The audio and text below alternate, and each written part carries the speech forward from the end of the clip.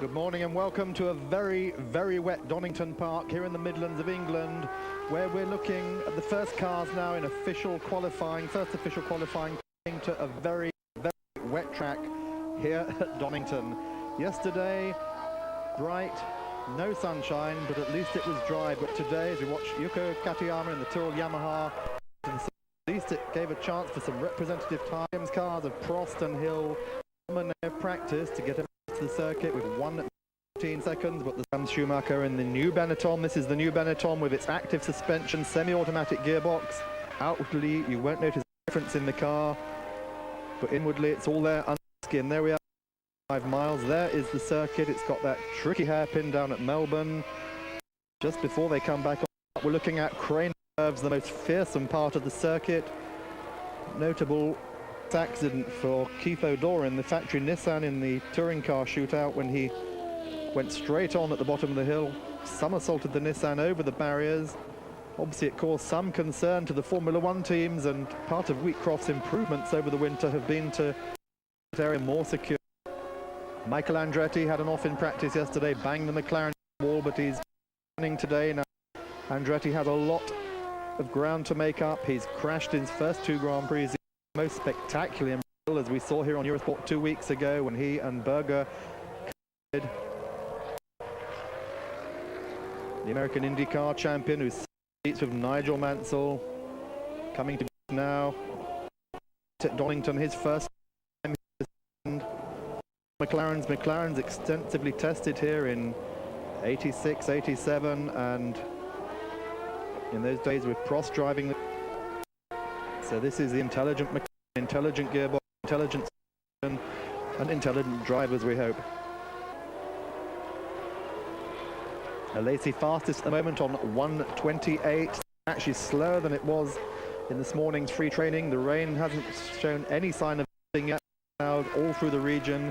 Katayama second on 1:30, Michele Alboreto for low 32, and Andretti on his first flying lap now. Speeded up to 26.922. Almost matching Senna's time this morning, so the track fractionally better.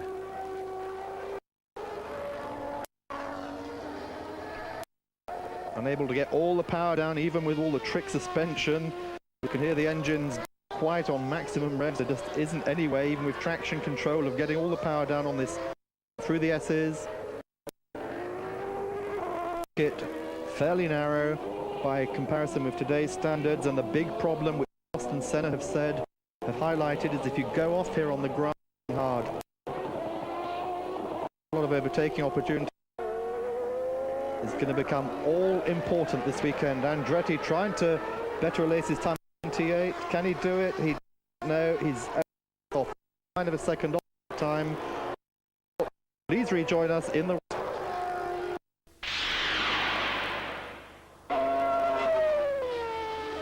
back here at Donington Park with Damon Hill, who's approaching the chicane on his very first flying lap of this session. Which has started 10 minutes ago, and John Watson and LRT will guide you through the last 50 minutes of this first Grand Prix of the Grand Prix season. Andretti is fastest so far, John Alesi is second, and Michael Schumacher is third. But John, it is in the net, and there Michael Schumacher will be out. Looks very much like it, Michael Schumacher, and that looks very, very Schumacher, because with the regulations we have in 1993, if his car is out on the circuit and stopped, he is not allowed to take the spare car, and he looks previously, and there we see the Schumacher car, and that is the reason the left rear corner, very, very unusual angle, that is a degree of camber on the back rear wheels, quite where. In fact, just he's come out of the Melbourne hairpin, spun, hit the wall. Now, Benetton don't have a traction control on their car, as we have seen on the McLarens or with other Ford HB users, and that is a drawback. And this is certainly in my mind, and pushing other cars out of Goddard's onto the start-finish straight, you really need to help Michael Schumacher, probably running back and going to beg Tom Molsonshaw to get into a trade his car, because that's the only way he is going to get back in this one position Good Friday at Donington Park. The man that was fastest by a half this morning, Ayrton Senna, the fastest man again this afternoon. He is on a 1:20 during that hour. Gerhard Berger was third fastest. This morning both Ferraris showed very well. Fabrizio Babazza currently in third position, only 0.8 of a second behind Ayrton Senna. Then it's Michael Andretti, Derek Warwick, JJ Leto, Michael Schumacher, Rubens Barrichello in 8th position. Damon Hill is following them, and now Gerhard Berger moves up to 5th with a 1:28.092. It's all changed, and John, could it be that this session is just for a great deal being... Very much so. In fact, this session is going to be about being out as much as you can, but remember, you're only allowed 12 timed laps. So the point when you choose to go out is very, very critical indeed. And now we're going to see, yes, that is Michael Schumacher's. He had a oversteer one way, overcorrected and wallop. Well, it turned left very, very, very sharply indeed. Well, it turned left after it came out of the corner, power on, no traction control. Back of the car stepped out, it then snapped sharply back into the wall. And Michael Schumacher, we just saw a quick glimpse of being interviewed in the pits. But going back to this qualifying, there's a limit on the number of wet laps, limit on the dry set of slicks, but you're only allowed 12 laps, timed laps in this qualifying session. So of course the strategy is, do you wait and take a risk that the circuit will dry out through the course of the session, or do you go out now in the knowledge that you feel it's going to rain more as the session progresses? It's a real lottery, and of course we don't know what weather we're going to have for Saturday qualifying. The weather for the weekend not looking very, very promising. So it's a real gamble, a real nightmare for the driver, 14 managers, and that partly explains the look on Michael Schumacher's face. Ayrton Senna beating Damon Hill, best time. Damon, who is roughly 20 seconds in front of Ayrton Senna out on the circuit, who beat Ayrton Senna, but Ayrton straight back with that 1:25.525, and that's faster than he did this morning. JJ Leto is currently in third position. John Alesi, Fabrizio Babazza and Gerhard Berger complete the top 6. And there's Damon Hill. Well, could he be the surprise this weekend? Because, John, we were talking about it this morning in the booth, but if you go around the paddock, a lot of people think it could well be a surprise result this weekend. Well, these conditions can always produce, if you like, the lottery result, but it is very, very difficult, believe me. Just staying on the circuit is hard enough, but people like Damon Hill with his Williams Renault have got an enormous advantage. First of all, they've got a very powerful engine, but secondly, they've got the most sophisticated and most developed active ride car in Formula One, and that's an enormous asset to have in your sort of armory for the weekend. But Ayrton Senna, in these conditions, well, he will just love it. He is the best driver in the world. We saw him perform, well, Brazil 2 weeks ago was just magical, I think, for anybody who watched it. Damon produced the best result I feel that he could have done under the circumstances, and he will have his opportunity here this weekend. He knows the circuit. He's raced on it on motorcycles in Formula 3, Formula 3000. He doesn't have to learn the circuit. He's tested Williams here on many occasions. So really, this is the first opportunity I feel we have to see the true potential that Damon and the team, the Williams team, know that he's got. While Alain Prost just pops up with 5th fastest, so 1:26.965, as you see on your screen. Ayrton Senna faster yet again, now 2. And JJ Leto, who's popped into 2nd. JJ, who was fastest down the speed, both speed reps we get figures from, John. He said it's funny because we run maximum downforce, we can't run anymore, and we're still nearly up the top. And he was only a couple of miles an hour slower than Alain Prost. I suspect that's really done a lot of downforce to get down through the Treino curves. But remember, JJ Leto is finished. He's accustomed to driving in difficult conditions, and we saw in the Grand Prix in the closing in South Africa how he dealt with Derek Warwick on slick tyres in conditions which probably were about as bad as we're watching right now, and those were very difficult conditions. So JJ's comfortable in what looks a very wet Alan, the front pattering around as he broke. Break won't happen. We see Michael Schumacher's Benetton being drawn from its resting place, just of the pit entrance, in fact. And Senna going fast yet again, 1:24.809. And Alain Prost is now second fastest, half a second slower than so down. There is a higher place on the circuit and down. Well, that's damaged. What Michael Schumacher he made. Well, certainly there's only one wheel continuing around the circuit, and Prost is not particularly happy. And he said himself this morning about Donington Park. He never. Senna and Prost. Senna just so very subtly taking the line off from Alain Prost. This psychological war going on between these some 6 years now since they joined both at McLaren in 1988. Continued through now again with Williams, just used to destabilize Alain Prost. Prost would have lost time on that lap. He now has to, of course, with the limitation on lap, that's worked against Prost. Ayrton Senna starting a new lap as so Prost can beat Senna with a couple of seconds. Senna should be able to lap so far. Is 6th lap out of 12. Another interesting feature here. I'm in 93. What would be front tire in because they didn't have sufficient tires of the new dimension available, and that was agreed. The tire ran for the first time. Good job, because nobody has come in and said a bad word about these new wet tires. And in fact, considering the condition, people off the track that were just ultimately were off, I think, because they'd maybe confidence. We've had 21 cars out. We haven't either of the Lotuses yet.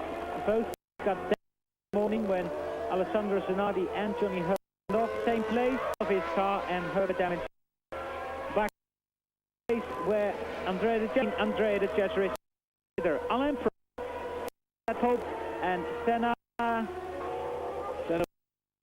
Prost going across the line and 2/10 of a second demote Alain Prost from his provisional pole, and pole position Donington will be the most vital pole position in Monte Carlo, because overtaking here is not easy. An old Grand Prix track. Grundle trying valiantly to get out of the gravel trap. He's made it out back onto the circuit. And again down to the Melbourne hairpin. Still Mark just up to 9th. He's just improved. But really that's more vital, I think, than any racetrack in 93. Prost and Prost are both on track. Prost to come past. Has Ayrton Senna secure.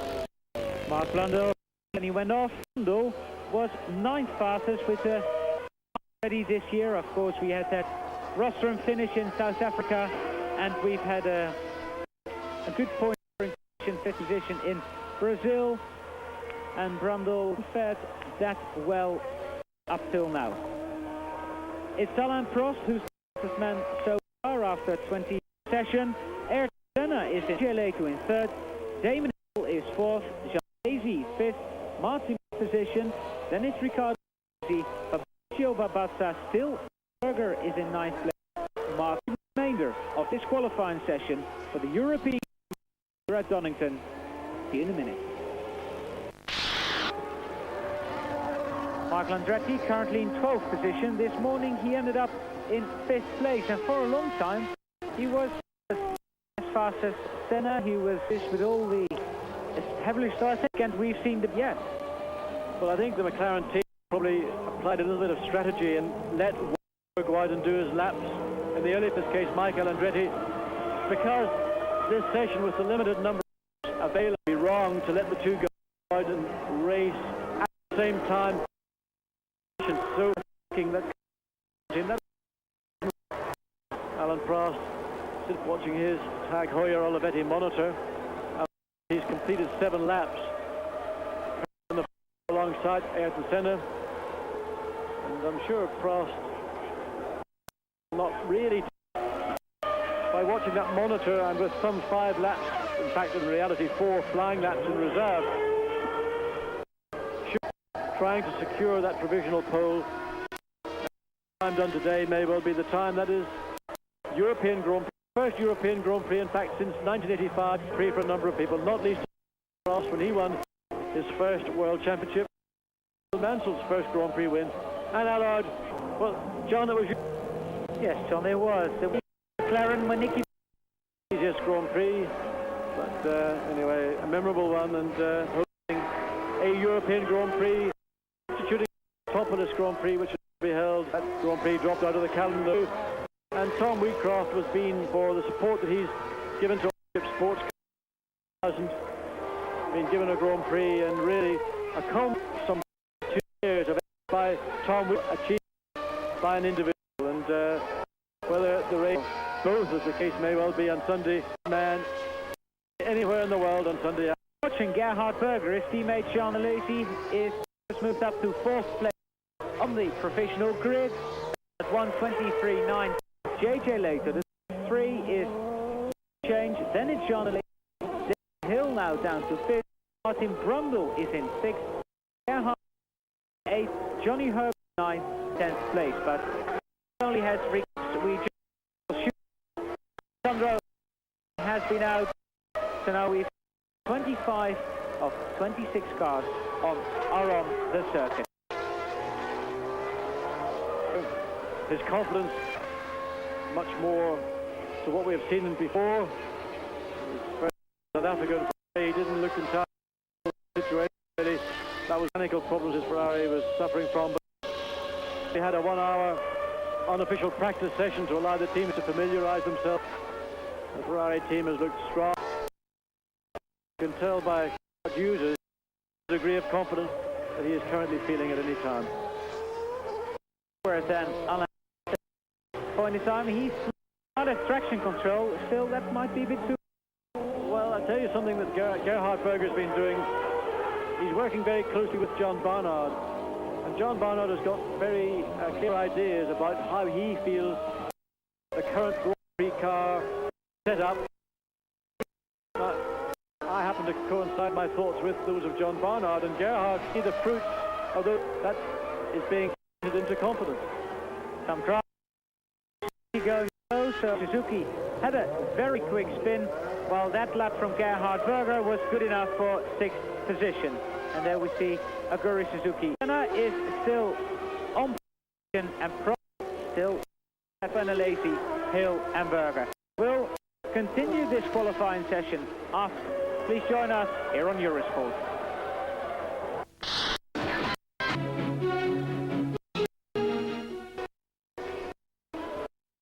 Eurosport, the first Europe at Donington. You're watching Michael Schumacher in Riccardo Patrici's car, and John, you're dying to say something. Someone who's moved up to 7th. Well, Rubens Barrichello up to 7th place. He said he could do a 1:26 after this morning's session, and I sort of went, oh yeah, I've heard those stories before. Well, the young 20-year-old from Sao Paulo, 1:26, 7th place, provisional 7th place, and well, Jordan with that V10 hard engine are beginning to show the potential. Certainly Eddie Jordan has been telling everybody the car, the engine the team have got, and that's a very impressive performance from the young Paulista. Like another, is it Warwick or Suzuki? Well, that's Aguri Suzuki having another. But he somehow manages to keep the car just out of the gravel traps. And Aguri Suzuki, well, somebody who was watching him, Mike, who's with us from 2001 International, he was down at Melbourne. You watched Aguri coming out of there, and you said he doesn't seem to have a throttle pedal, just as another switch. It's about right. It's only 2 positions. It's full off or full on, and it tends to make the car look very unstable. And I think he's suffering from that right now. What did you do? Would you sat back and waited for the session to maybe 15-20 minutes into? Would you have set out at the very stages as we saw Tyrrell do and McLaren do? I think you'd have had to do exactly what McLaren's have done and send them out one at a time and take what you can get, because they're changing so rapidly. Right, having them out one at a time. Well, in the meantime, Mike Schumacher now coming across the line. Philippe Alliot has spun. He spun off this morning, and he spun again this time. He's not in the gravel. He is currently in 18th position, 19th position, Philippe Alliot, and is the second of the 2 LaRousse Lamborghinis. Well, I have to say, I think that the strategy of letting Ayrton Senna go out early is going to pay off, because the rain is now falling very heavily indeed. So track were about at the best point where Senna and Prost, the 2 of them on the circuit. still sitting in the pits watching that monitor, but now realizing, well, I imagine that any prospect of improving in my 1 minute 24.467 has gone for this Friday qualifying session. And in reality, I suspect that what we have now got, the grid positions that we have, are more or less going to stay. The only man we probably think might improve a little bit will be Michael Schumacher. He's completed 5 laps. He's on his 6th this time. There we see that provisional grid with Ayrton Senna and Alan Prost in the front row, later on the lazy second row, Damon Hill and Berger on the third row. And it's a bit of a mix and match grid. We haven't seen those 2 Ferraris up there at this Grand Prix this year, 93. Sauber as well on the second row of the grid. Front row, not a big surprise. Also, we could see how many laps the driver had. Well, improvement from Michael Schumacher up to 7th position, and a 26.2 in these conditions is a very good effort indeed. Particularly since he's not in his own car. The track conditions, as you said, are much worse. There's a lot more loose water on the circuit. And another man who was very impressive this morning, Derek Warwick. Derek ended up 6th. He did a 1 minute 29.213 in the morning session. Well, he's done a 1 minute 28.121, not quite so impressive. And Michael Andretti back in the garage. He's finished for the day. He's completed a total of 12 laps. And really not much more Michael can do but sit and watch. But he's secure, I think, in the knowledge that the prospect of dropping down further than 11th is unlikely. The only non-qualifier at the moment is Luca Badoer. Although there was a rumour that all 26 cars can start this Grand Prix. For the moment, 25. And Luca Badoer is the only non-starter. Gerhard Berger on the left. How's the car, the engine? Don't be so sure about that, Allard. They are Austrians and very close friends. And Gerhard and Nicky are probably discussing planes, I would say. Certainly a profession for Nicky and a passion for Gerhard. They share a lot of interest. Ayrton Senna is still on pole position, and Prost joins him on the front row for the moment. Then it's JJ Leto, done 12 laps. Prost can still do 5 laps, incidentally. Alesi is done for the day. Damon Hill in 5th, still got 6 laps to go. Gerhard Berger in 6th is done for the day. Michael Schumacher is out. We just saw him. See him again, trying to improve on that 1:26.2. Rubens Barrichello back in the Jordan garage. Martin Brundle is out on the circuit, got a couple of laps to go. Karl Wendlinger sneaks into the top 10, is done for the day, 12 laps. So has Michael Andretti in 11th.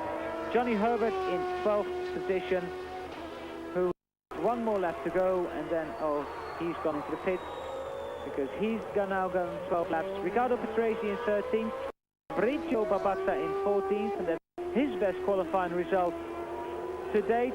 For the first time, he's faster than Mark Blundell in between them in 15th. Then it's Derek Warwick in 17th place.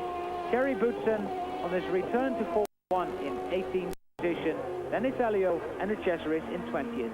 It's a bit of a, well, a mixed grid, as you said, John.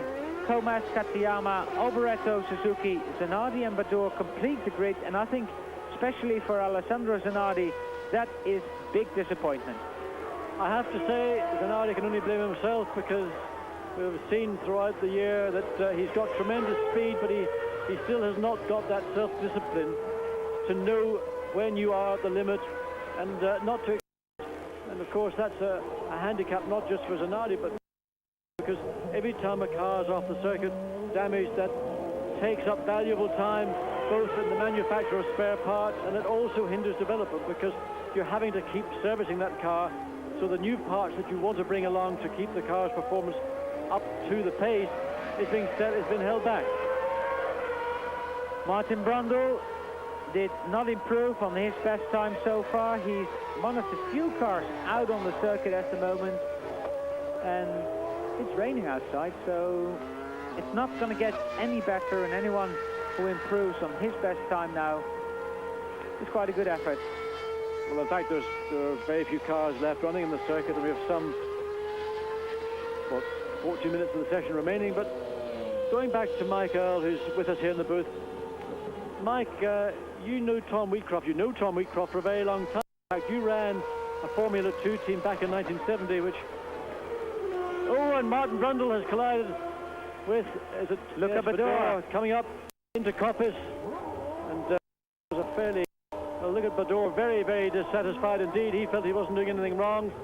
Martin coming up very much quicker, and the two cars made contact, and Badoer indeed very unhappy about it.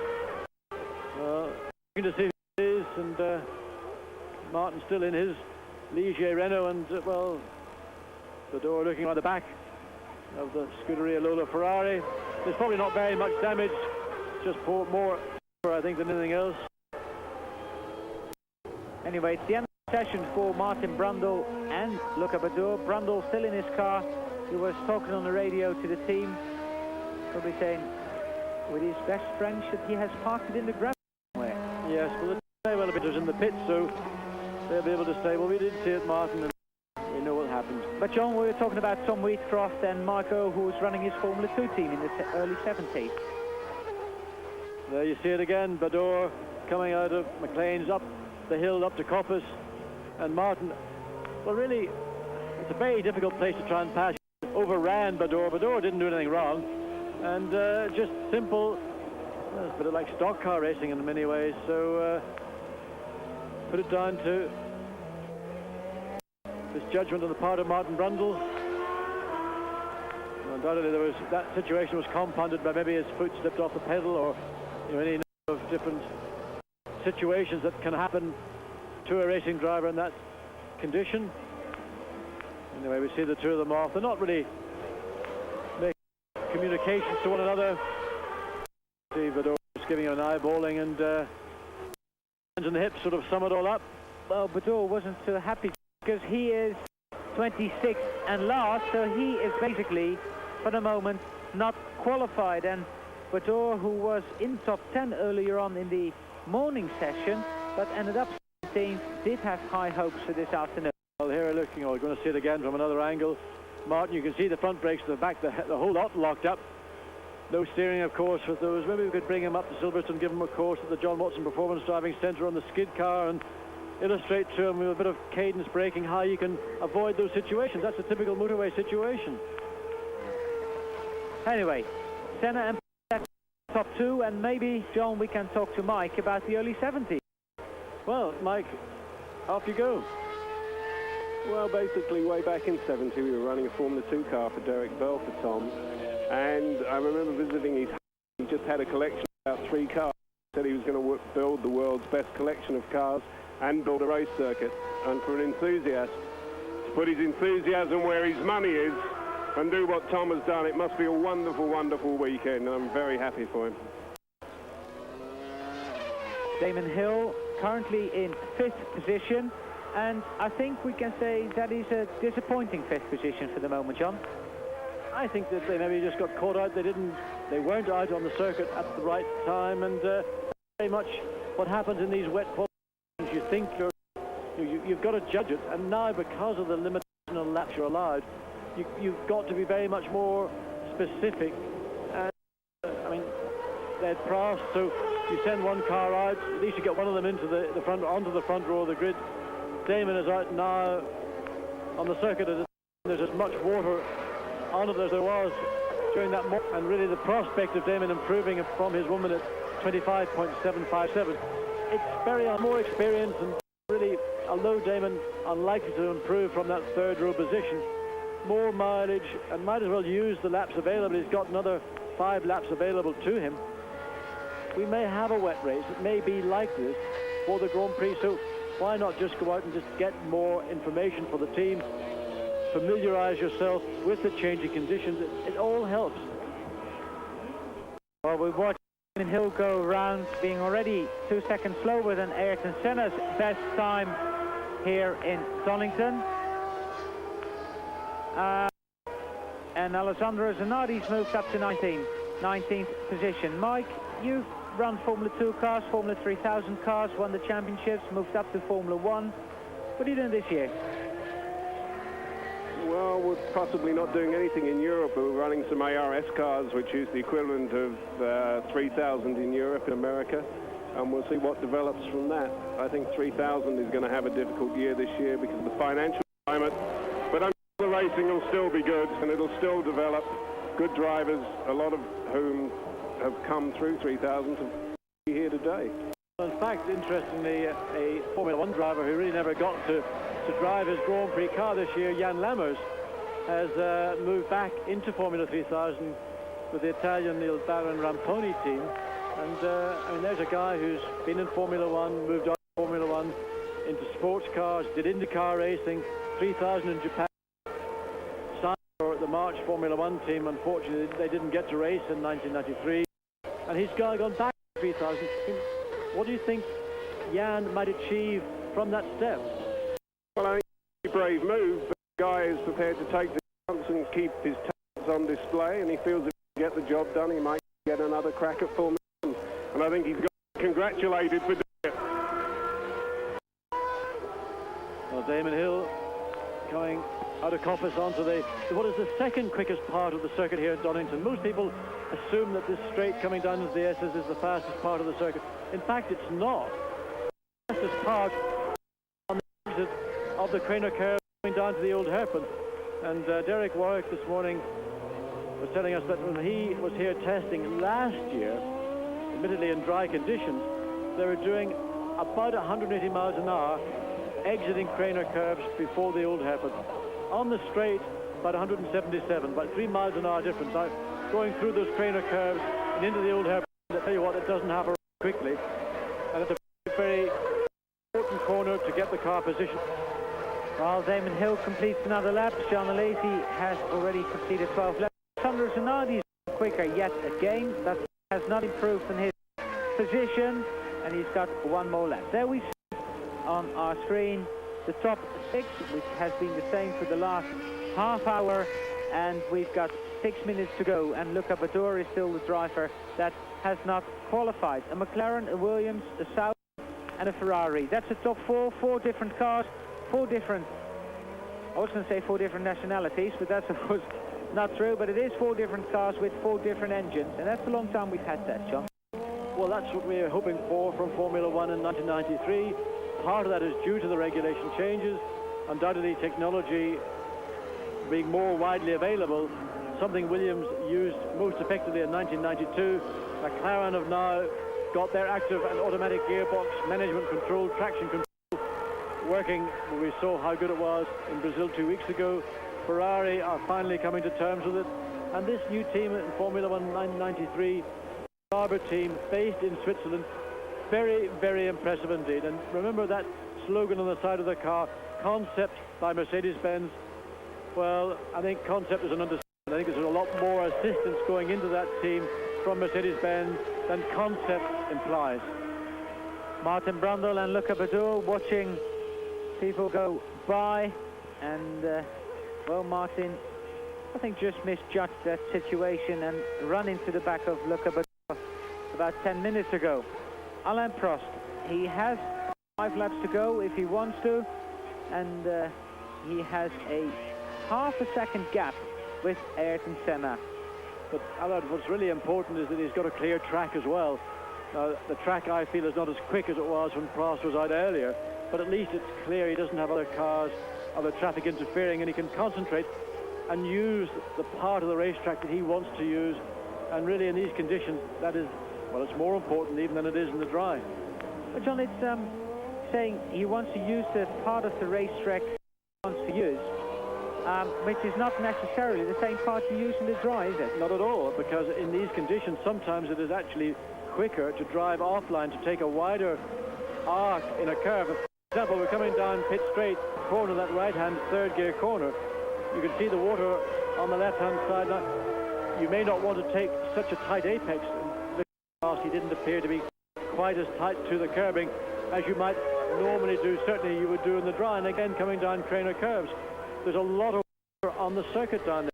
You want to try and avoid as much of that as you can. Damon has moved into 2nd place, a 1:24.014 for Damon Hill. Ayrton Senna is still the fastest, but if Alain Prost can get a clear lap, maybe he can pip Ayrton Senna from pole position. Well, just looking at Alan, he doesn't have the conviction in his driving as we're watching him right now, as we have seen earlier in this session. And certainly what Damon has done is an outstanding performance, because the track undoubtedly is not as quick. And there, father and son, 200 last weekend on that that 1 mile oval, the fastest 1 mile oval in the world, Mario Andretti, as Christian Fittipaldi makes his way back onto the circuit, but back with Alan Prost coming down to the Melbourne hairpin. And he's on his 10th lap, he's got 2 more. But Dave, I would say that is the outstanding time of the session. Ayrton Senna stopping, pulling off on the straight, Starkey straight. And that is not a practice start from Ayrton Senna, because those are now banned. Whatever the problem is, the car is well off the track. Ron Dennis, Michael Andretti looking up at the monitor. Ayrton probably talking on the two-way radio with his engineers in the pits, explaining what that problem is. And Mario, doesn't he look 10 years younger after that victory last weekend? Yeah, he does, John. His 100th career victory. Mike, you've raced at Phoenix. You raced Formula Atlantic last year. What is that place like? Because really we've only ever seen one national view in England, and that's really the Nigel Mansell view, where he had a large lunch of concrete in practice and qualifying. Is the place that tricky or difficult or not? For sure it is. It's different. I think if you understand it, it is, you know, that much different. But we didn't. We went there, never seen the place before, and we got lucky and won it with Russell Spence. But for sure it's different. But all of a sudden you find yourself going quickly and you don't quite know why. Kia sitting there as Damon Hill is being pushed back into his garage, and Damon's work is done. Performance will lift his confidence, and the team undoubtedly will be a very, very happy team. Alan Prost still on the circuit. Well, Alan Prost has got 1 more hairpin to go and then crosses the line for the 11th time. So this is the last time Alan Prost, well, if he didn't do it now, he's not going to do it, because it's his last lap. Yes, 1 minute 28.770. Okay, well, Alan Prost has got to come into the pit. That's the 12th time he's going to cross the line, so he can't cross it once more. He cannot finish his lap, John. He's certainly going at racing speed now. He may well just peel off at the end of the lap and come into the pits.